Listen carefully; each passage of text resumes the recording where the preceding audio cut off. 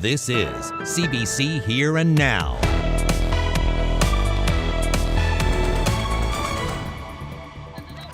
WTF? A walkout at Memorial University has graduate students asking, where's the funding?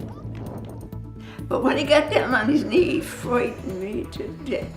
And I said, George, what are you doing down there? I told you not to do that. And he was down and couldn't get off. No, it wasn't a medical emergency. It was love. We'll bring you a special story from Grand Falls, Windsor. Good evening and welcome to Here and Now. I'm Peter Cowan, filling in for Carolyn Stokes. We begin tonight in St. John's. A 25-year-old man is dead and police say the death is suspicious. Investigators believe the incident was targeted, so there's not a wider concern for public safety. Officers arrived in the area of Sebastian Court in St. John's around 1:30 on Sunday morning. It's a collection of 29 townhouses near St. John's City Hall. The man was found injured on the ground. He was then transported to hospital where he was pronounced dead. Investigators are asking witnesses to come forward. A heavy police presence remained in the neighborhood today. About 120,000 striking workers with the Public Service Alliance of Canada have reached a tentative agreement with Ottawa. But as Here Now's Heather Gillis reports, about 4,000 people in this province are still on the picket lines. Hundreds of workers with the province's labour movement rallied today from St. John's City Hall to Harborside Park. They're marching for May Day, known as International Workers' Day or Labour Day. It's a time to recognize workers and their rights earned since the late 1800s. More than 150 years later, workers are still on the picket lines fighting for dignity and respect. We've got workers here from PSAC who have been engaged in one of the largest strikes in Canadian history. 120,000 workers with the Public Service Alliance of Canada returned to work today after 13 days on strike. Chris DeLiberatore represents the union's Atlantic region. While it wasn't everything we were hoping for, it is a very good deal for our members. A tentative agreement struck overnight sees the workers get a 12.6% raise over 4 years, a lump sum payment, better remote work policy, and other protections. It'll help them keep pace, at least right now. Over the past couple of years, our members' buying power was reduced by about 11%. Meanwhile, Federal Labour Minister Seamus O'Regan is weighing in and is congratulating both sides on striking a deal. And I think we came to common ground. I'm a big believer in the negotiating table. The best deals are reached at the negotiating table. The most resilient deals are made at the negotiating table. And we have a deal now this morning. I think that's good news for Canadians. But for about 4,000 PSAC members in this province working for the Canada Revenue Agency, the picketing isn't over. And with today being the tax deadline for most Canadians, DeLiberatore says they're back at the bargaining table looking for a similar package as other workers. Wages that keep up with the cost of inflation, language around remote work, job security, and contracting out. Meanwhile, PSAC members who are back on the job today still need to ratify their tentative agreement, and the union is recommending workers vote for it. Heather Gillis, CBC News, St. John's. As you just heard there, the new contract for PSAC workers includes a total compounded wage increase of 12.6% over 4 years. Though union members still have to vote on the tentative deal, here's President of the Treasury Board, Mona Fortier. The Government of Canada values the important role its employees play in delivering services to Canadians. PSAC members are a vital part of that work, and these agreements will provide them with important benefits and enhancements that recognize their significant contributions. The agreement comes after a weekend of intense bargaining and 12 days of picketing. This strike was the biggest federal public service work disruption since 1991. And as you just heard there from Heather, about 35,000 CRA workers across the country are still on strike.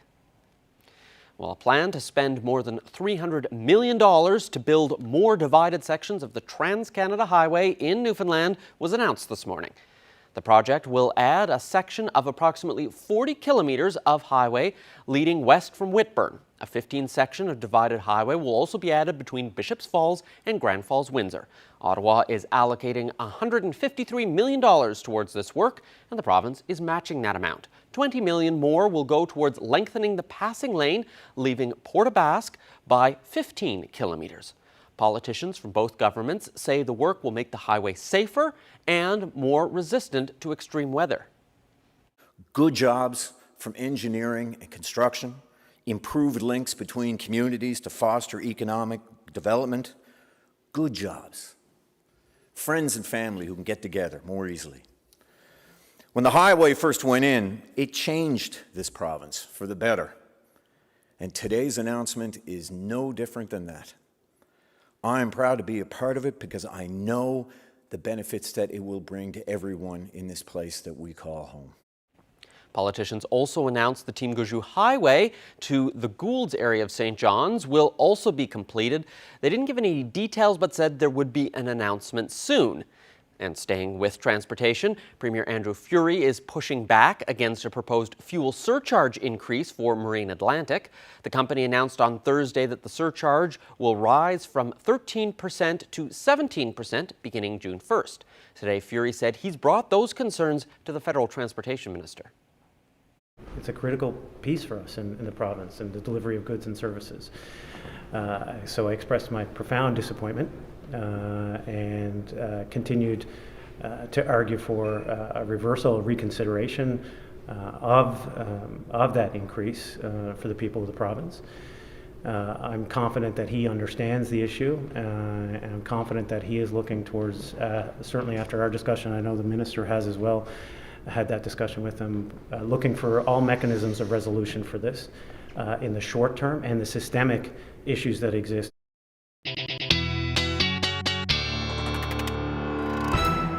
Well, the sun finally came out for a good chunk of the province through the day on Sunday, except for a very small amount of the northern Avalon, as well as parts of the Bonavista Peninsula. But it did eventually peak out. Temperatures, though, stayed fairly chilly, and that is no different today as we sit along the northeast coast, anywhere somewhere for between 1 and about 4 degrees as our daytime highs. And then the rest of the province. A hot spot, Stephenville today, 15 degrees, and that tied for Churchill Falls as well. But St. John sitting around 4 degrees today. That marks the 15th consecutive day of temperatures 5 degrees or less in St. John. So that breaks the previous record, especially this late in the season to see these chilly temperatures. The last time we saw that 15-day streak was back from April 9th to the 23rd in 2007. So I don't really see a change in this pattern as we head through the next couple of days. Eventually, as we get into next week, there's some signals that that will change. For now, still looking at that cloudy sky, the fog off in the distance. This is going to get worse as we head towards the end of the week. Right now, we're sitting at 3 degrees, that wind chill at -3. Still seeing those gusts pretty breezy thanks to this area of low pressure offshore, around 48 kilometers per hour. But you can see plenty of sunshine up across Labrador. Some more cloud cover is currently moving in, and that's thanks to this system offshore, over the Maritimes at the moment. It's also bringing some wreckhouse winds, 54 kilometers per hour right now. As we head through the night towards the early morning, we're looking at those gusts near 100 kilometers per hour. We'll talk about that and your forecast coming up. Thanks, Ashley. Graduate students at Memorial University walked out of class today to protest low scholarships. The protest was one of many across the country. The students are upset that the scholarship money hasn't increased. Master's students get paid less than $18,000 a year and PhD students $20,000 to $30,000. They say top students are going to other countries that pay more. It's really difficult as a graduate student anyways, but being paid, $20,000 a year, it's just below minimum wage. It makes graduate students want to leave Canada and not want to, stay in the province and do really important science. And, these are things that we're all super passionate about, and that's why we're all here today. In other news, a new remote dialysis program means a grandfather can return to Natwashish for the first time in decades. Innu in Shehajit and Natwashish can now get dialysis treatments in their communities. Newfoundland and Labrador Health Services, the Rotary Club, caregivers and more gathered in Happy Valley Goose Bay on Friday. They celebrated the launch of a new dialysis unit in Shehajit and Natwashish, units that will keep people in their communities for treatment. The program means people like Robert Piwas can return home. Piwas's daughter was his caregiver. And it was very life-changing, and he was much happier.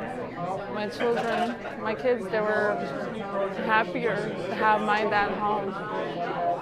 And I think it was very amazing, and I'm very, very grateful for the people around us here today to make that happen. A contract to build a new track and field facility and soccer field was announced today in St. John's. The new facility will be built for the 2025 Canada Games, and it's going to include a 400-meter track, a FIFA quality turf soccer field, and seating and viewing areas. Mayor Danny Breen, members of the Canada Games Host Society, and some young athletes were on hand for the announcement. Breen says the facility will be an important part of the legacy of the Games. This is what the Canada Games is all about. There's a whole lot of aspects to it. There's the athletics, there's the economic impact, there's also the legacy. The fact that you're leaving behind facilities for the betterment of and for the use of generations to come. And if you look at many of the facilities that we'll be using for the 2025 Games were built for the 1977 Games. So it's just a great event, and we're really fortunate to have it here in 2025. Barbara Paddock, an 84-year-old widow in Grand Falls, Windsor, knew that moving into a senior's home would be an adjustment, but she never expected the life-changing event that would follow. Here now's Troy Turner brings you this report about chance meetings and finding true love later in life. The window, and I heard a voice say, "Somebody over there needs you." Barbara Paddock was only checking out the home to see if this might be the place for her. So I walked through the building and said, "I want to see how many friends are here." And when I came down to his door, I looked at George Faulkner. I wonder who that is. Oh, he must be from Bishop Falls. That's it. So I walked away. Little did she know what that name would end up meaning for her. Within days of moving in, she got a chance to find out more when she banged into him, literally. I wasn't looking, I don't think he was either. And I just fell. I got such a fright. I just stood there, and it was just like my feet were glued to the floor. After a moment, with neither budging, the tension was relieved. When we got our composure back, and he said, "Let me give you a hug." Now, I'm a hugger, and I haven't had a hug all during the COVID. And I was dying for a hug. And I would have hugged a bear, I think, if it had to come around the corner. You heard the story, and that's exactly what happened, how it happens, you know. And I didn't have my skates on either. So I couldn't get away from her, you know. Faulkner became a household name in the mid-50s and early 60s after he played professional hockey in Shawinigan, Quebec. He then went on to skate with the national team before a stellar senior hockey career while player-coach of the Conception Bay Seabees. But that was a long time ago. We got to know each other, and it wasn't easy. Challenge, my dear, was challenged every day by this man. But with that challenge came charm. Barbara may not have been looking for love when she moved in, but it found her. Barbara was in the bathroom, and I was sitting back just waiting for her to come out, and I said, "I'm going to propose to her." So I got down on one knee, as they always do, or they say they do, you know. And when she came out, I asked her if she would marry me, and she said, I don't know if you answered right immediately or not, but it didn't take you very long. And but the story the story doesn't end there. I went down on I got a bad knee here. I got hurt during hockey 2 or 3 times with this knee, and it's not very good. So I went down on the wrong knee, and I couldn't get back up. But when he got down on his knee, he frightened me to death. And I said, "George, what are you doing down there? I told you not to do that." And he was down and couldn't get off. The couple tied the knot last week. Faulkner even got a chance to show off some of his off-ice talents. They may recall we were not too old at all. So what's the key to new love in retirement? That Hog did it. I mean, I just connected to him. And the story is, it was meant to be. It was destined to be. It doesn't matter how old you are. No. You know, as long as you got your faculties and you love each other, that's all that matters. And everybody needs love in the world we're living in today. Everybody needs love. Now that they're married and it's official, the next milestone for George and Barbara Faulkner is to move in together. They'll be looking to do that in the next few weeks. Troy Turner, CBC News, Grand Falls, Windsor. Well, you just never know where a hug's going to go. In some other sports news, the Newfoundland Growlers are moving on to the ECHL North Division Finals. Gogalev, his shot scores! Pavel Gogalev, 1-0 Newfoundland! That goal was all the Growlers would need to beat the Adirondack Thunder at the Mary Brown Centre in St. John's last night. They scored twice more to win the game and the best-of-7 series. The Growlers will now face the Reading Royals in a rematch of last year's North Division Final. Can't believe it. Pinch me, please, pinch me. Buddy, this is a once-in-a-lifetime opportunity for us to see this. It's been 19 years. Well, many Maple Leafs fans were proudly sporting their jerseys today after the team scored its first playoff series win in, he said it there, 19 years. They won in overtime against Tampa Bay on Saturday, giving the Leafs a 2-1 win and a 4-2 series victory. But there's some bad news for Canadian fans looking to score seats for tomorrow night's game against Florida. The Panthers are reportedly restricting ticket sales to American residents only. We'll have a little more on that a little later on Here and Now. On staying with sports, some young baseball players in Gander scored big over the weekend. The Toronto Blue Jays Foundation announced $100,000 for the Gander Minor Baseball Association. All that cash will go towards upgrades and renovations at the Art Walker Ball Field. And it's not the first time the field has gotten some upgrades from the Jays. There were celebrations back in 2020 when the association was awarded $25,000 from the team. This time, the vice president of Gander Baseball says it's young players that'll benefit the most.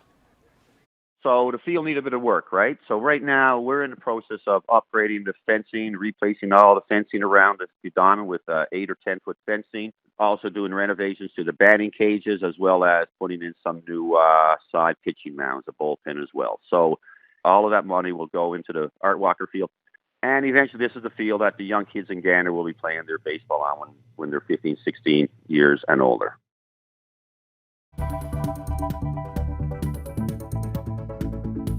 Well, taking a look at the temperatures over the last 24 hours, not a whole lot of change. In fact, some temperatures cooler through parts of Central. We'll talk about how long this trend will continue.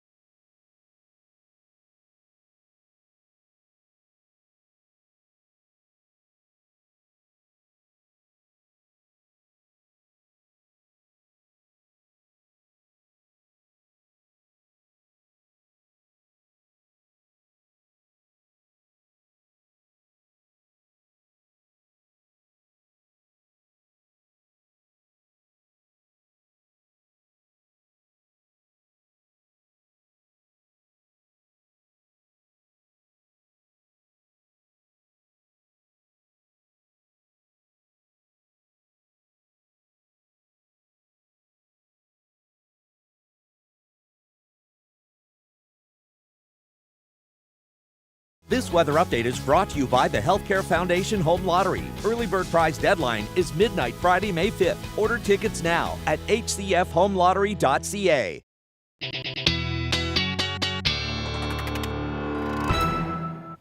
Well, before we get to the weather, we want to show you this.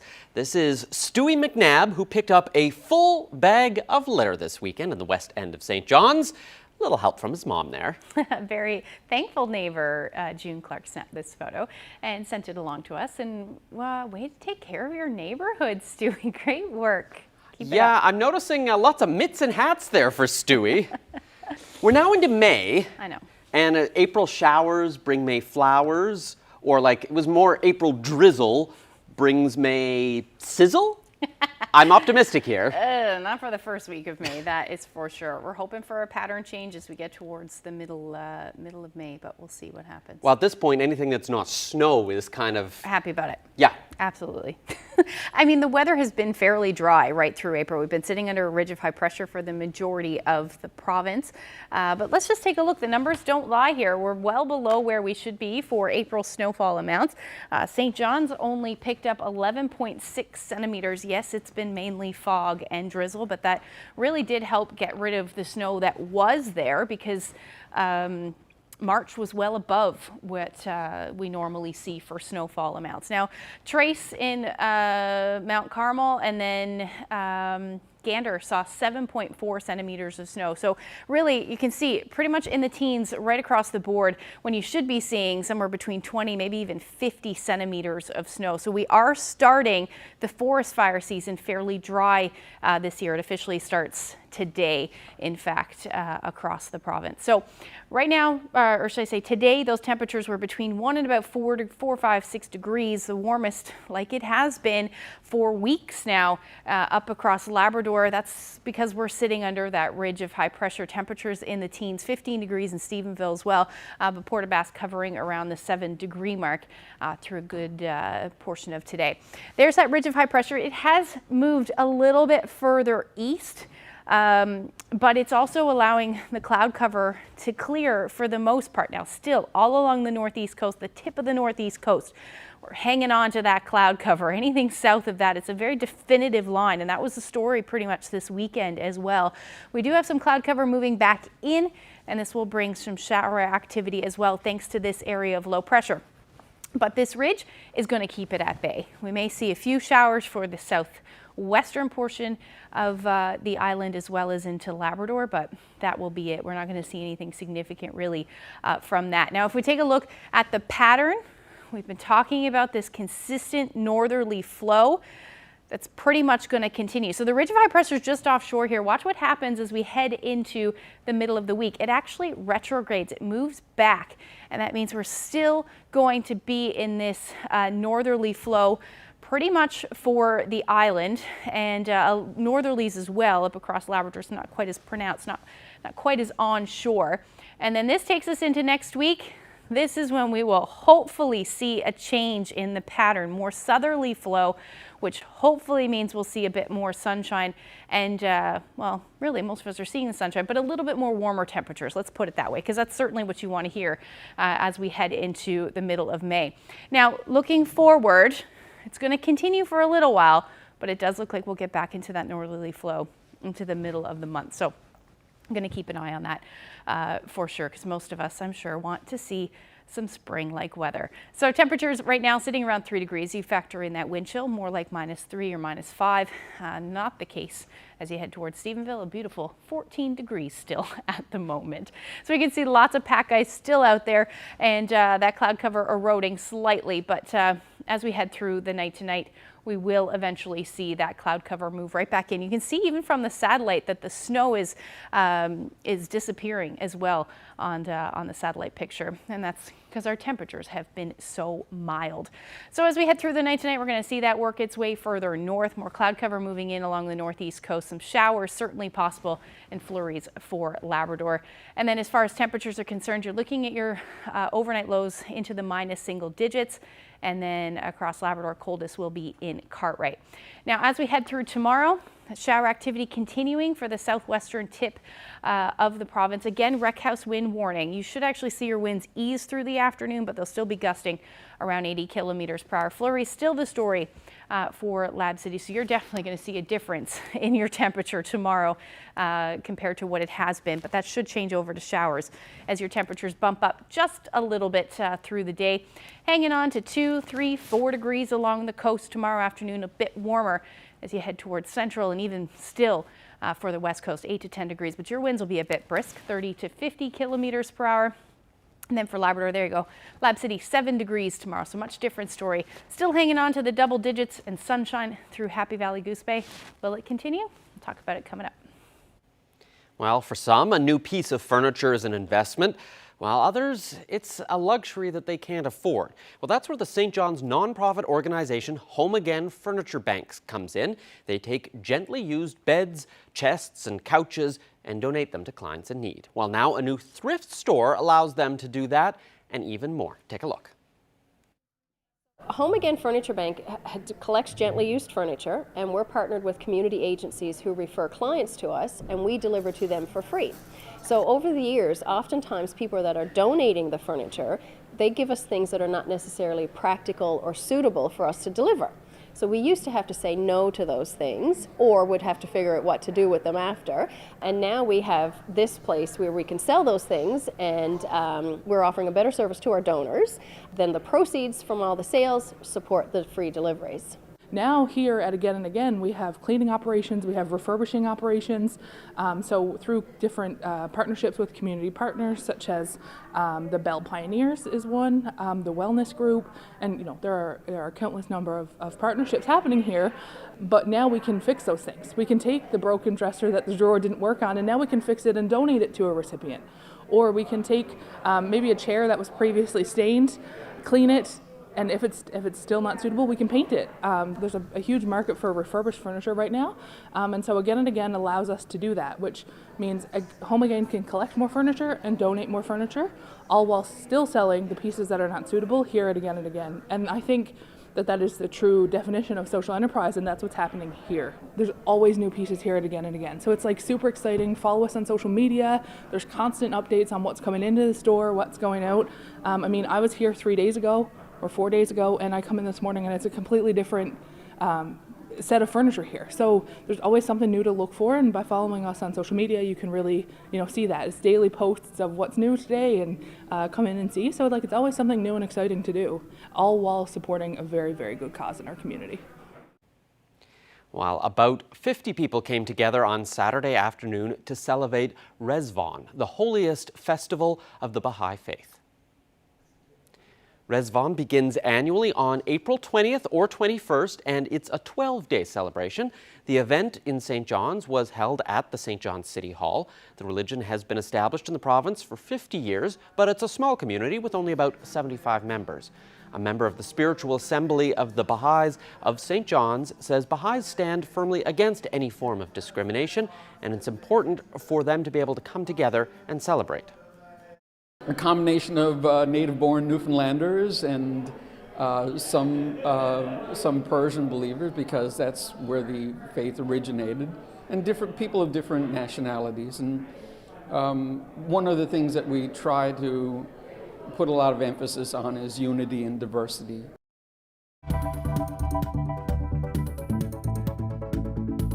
I never cooked in my home country. But when I came here, I saw how important to don't have much of that cuisine in the city. Well, he never cared about cooking until he moved far from home. Now he's sharing his cooking skills and is cooking with a new restaurant and store in St. John's.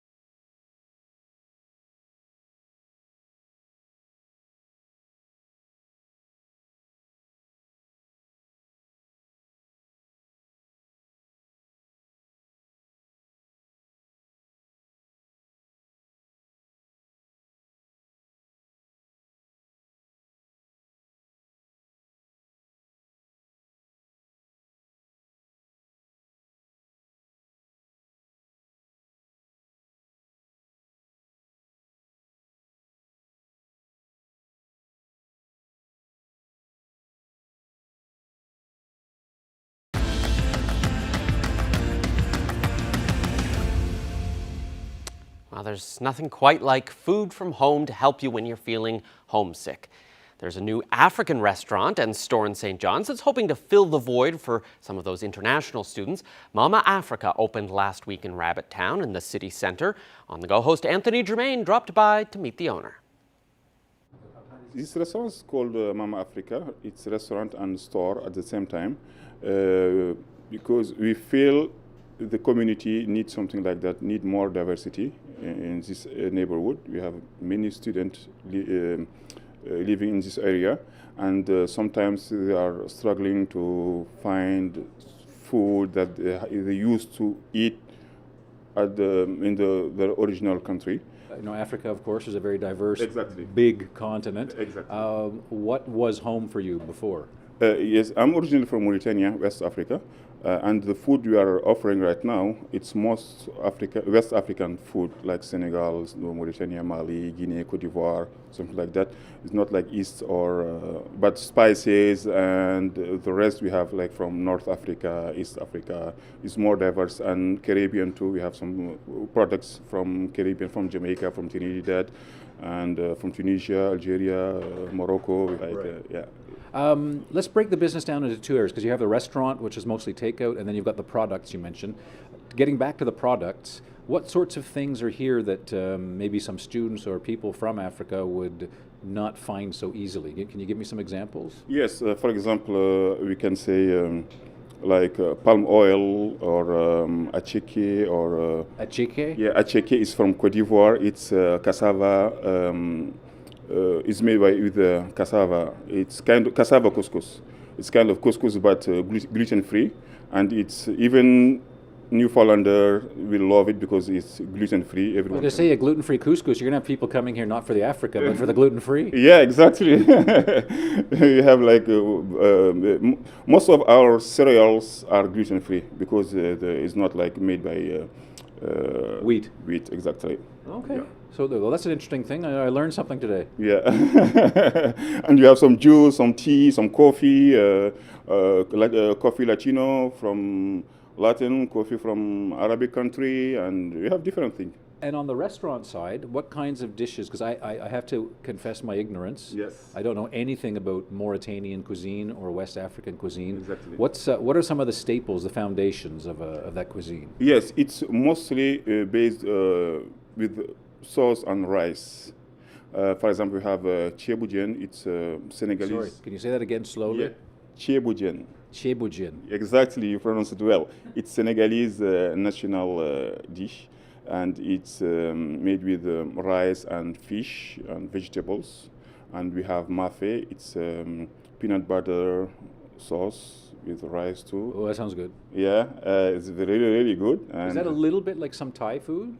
No, it's really different. It's completely different. It Okay. doesn't taste Thai. So the peanut's not the same taste? Because the peanut is with tomato paste and beef. Okay. Yeah, it's very, very different.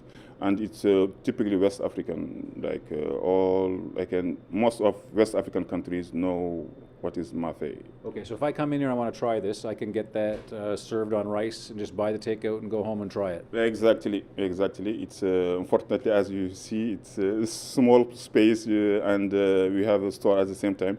It's a takeout restaurant. We can just order it, take it out, and go eat it home. It's interesting, right now they say the economy's kind of tough, and there's inflation and people aren't going out as much. What gave you the confidence to try to open a business at this time? Yes, it's two things, because as I mentioned, for example, when I came here 17 years ago in Canada, I never cooked in my home country. But when I came here, I saw how important to learn how to cook a background, because it wasn't cultural stuff. Your boys, you are not cooking. It's like for his moms and girls, but in reality, it doesn't work. When you came here and you are alone, you have to learn how to cook. You have to buy, and I just find it because we don't have much of that cuisine in the city. So you had to learn it too. Yeah, I learned it for like 15 years, I can say. Right now, it's time to share what I learned, to give the people the opportunity, student and Newfoundlander, opportunity to discover a new cuisine. Yeah, and yes, I know about the inflation, but sometimes you have to take a risk. Otherwise, if you don't take a risk, nothing can happen. Yeah, nothing great happens without a risk. Exactly, and our price is very, very, very low to give the opportunity to students, to many people to have access to this food. Right, so you get us hooked on the food, then you raise the prices.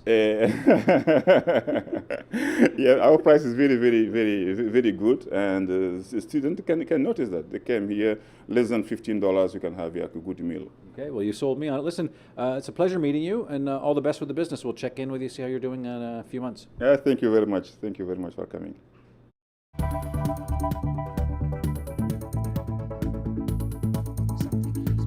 Through the eyes of a sister, in the week leading up to the King's coronation, an exclusive CBC sit-down with Princess Anne.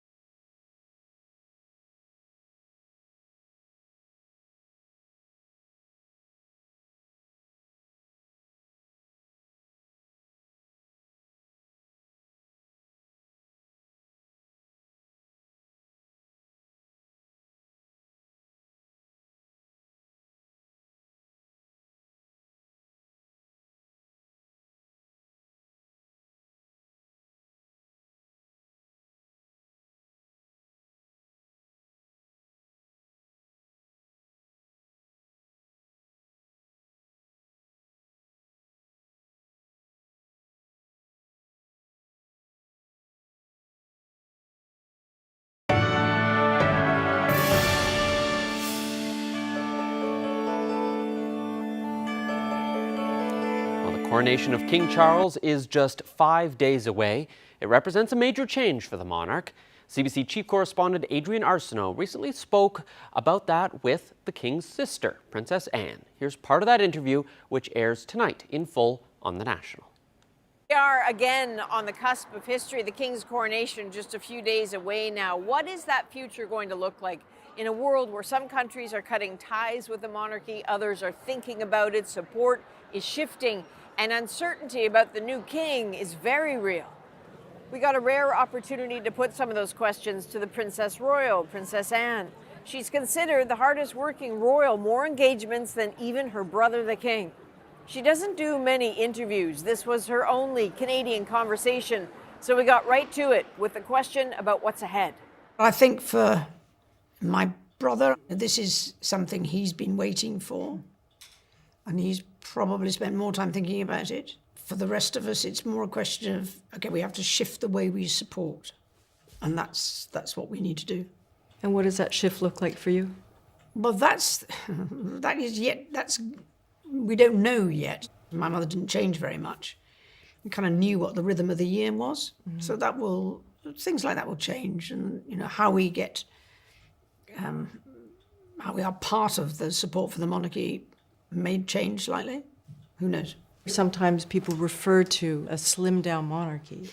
I can't imagine what that might mean for a role like yours. I don't know how many more hours in the day you have to take more things on. Well, I think the slim down was said in a day when there were a few more people around to make that seem like a justifiable comment.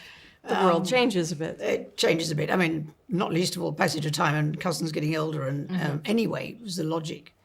No, it doesn't sound like a good idea from where I'm standing, I have to say. I'm not quite sure what else we can do. So a conversation about what's ahead, to be sure, but she also spoke of the effect of the last few years on her family, what COVID did, for example, to her mother, the Queen, as well as Prince Philip. And she spoke of her experience escorting her mother's coffin across the country. A princess's perspective, tonight on The National. Well, the king has been involved in countless ceremonies in his life, including one more than half a century ago when he was invested as the Prince of Wales. But some people in Wales don't want that title used, and they aren't interested in the monarchy. Abby Kualawson has more. The Prince of Wales escort. For much of his life, he's been the Prince of Wales. And it was here in the Welsh town of Carnarvon in 1969 where the Queen held a lavish ceremony to present her firstborn son at a castle built by a triumphant English king. When Wales is conquered by England in the 13th century, Edward I decides to build this huge castle here as a kind of symbol of conquest. It's where his son, Edward of Carnarvon, was born, who became the first English Prince of Wales. Charles was the 21st. I, Charles, Prince of Wales, do become your liege man of life and limb. More than 500 million people watched on television from around the world. The ceremony has also marked the effective entry into public life of the young man destined to become King Charles III. Maria Sarnatsky was in the crowd, camera in hand.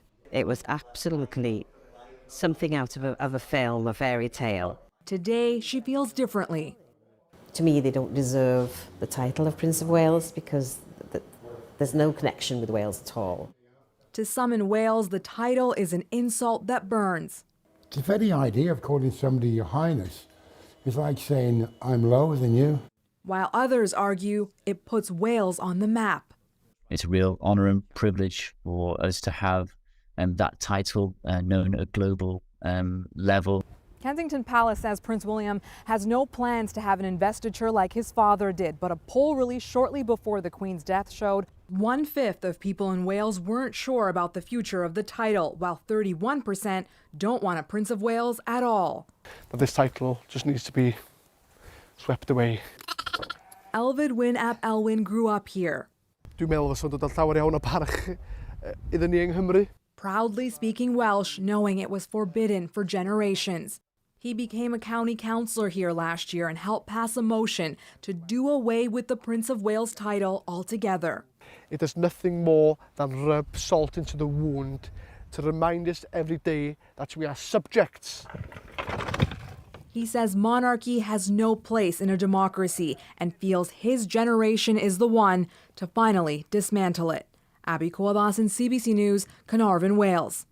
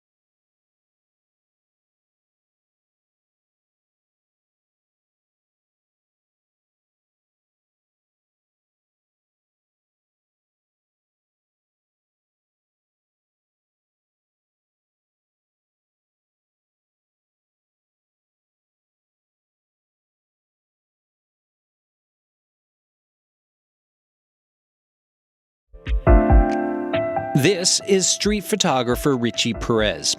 He's been showing up all over Newfoundland and Labrador, meeting folks and taking their pictures, but also talking to them and connecting with their stories, with their communities.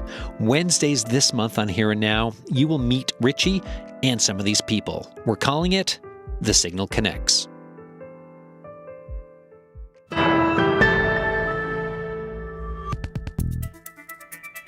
Toronto Maple Leafs fans are excited about them winning the opening round of the playoffs for the first time in 19 years.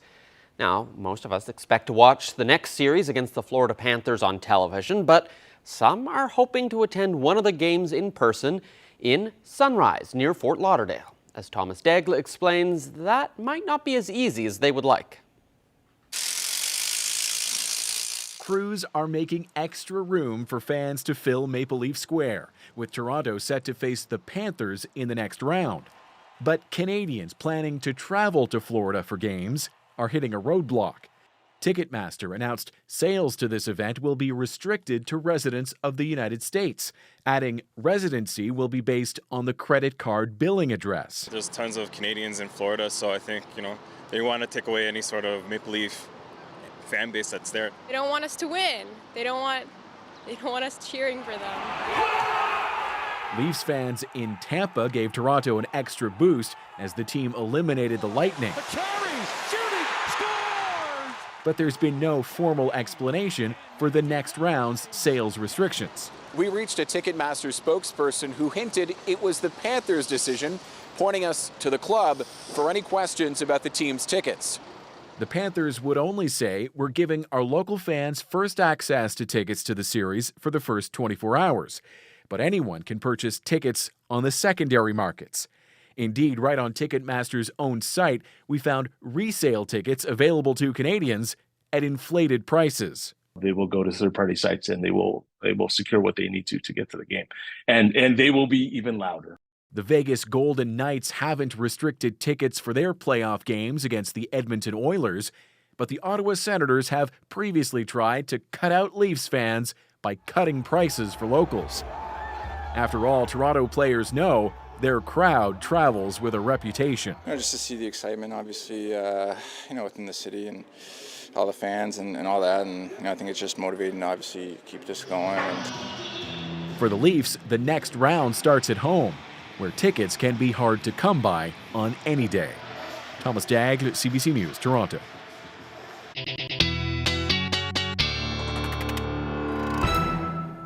Well, you're smiling because the Leafs won. Yeah, that's I'm happy always about that. a pleasant surprise. It's always nice to see the Canadian teams advancing to the second or third or whatever. We'll see what happens. Now, does the long-range forecast warrant a smile as well, or is that yellow shirt the only yellow we're going to see for the next week? Sunshine. Well, in and along the northeast coast. Yeah, probably. We are looking at some more cloud cover moving in, but a bit of a shift in the pattern as far as the amount of precip. It's been relatively dry over the last little bit, but we're going to see a bit more of that in the forecast. Let's take a look as we head into Tuesday evening and then eventually Wednesday. You can see, so we get into a more moist pattern, I guess, at this point. And that basically means that we're going to see that fog return. And it looks like that will happen as we head into Wednesday evening. So we've got that northerly wind along with the drizzle and potentially some rain that will lead to that more dense fog that we saw last week. But yeah, that's pretty much the story as we head into Wednesday evening. And then as we head through the day, though, your temperatures will be still pretty chilly, 4 to 6 degrees. The best chance of seeing the sunshine will likely be right along the south coast. Otherwise, a cloudy day across the board. 6 to 8 degrees pretty much for the rest of us. And then that shower activity, at least the potential for some drizzle, will stick around across the big land as well. Your temperatures will sit between 3 and 8 for your Wednesday. Again, the pattern will continue and even more rain expected as we head into Thursday afternoon. We could see some periods of rain with this, not just the showers and drizzle.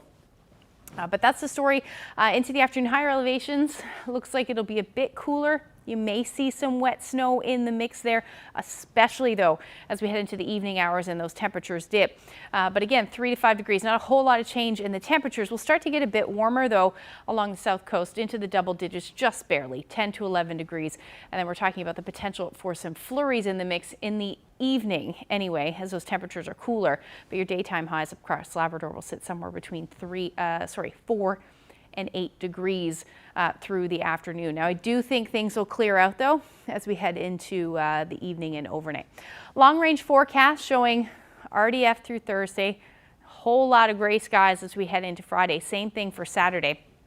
Your temperatures will be hovering somewhere between 2 and 4 degrees. But again, the good news is by next week, pattern should shift and we should see those temperatures bumping up a little bit as we see more southerly flow. And the reason why we're seeing these cooler temperatures is because we're currently in northerly flow.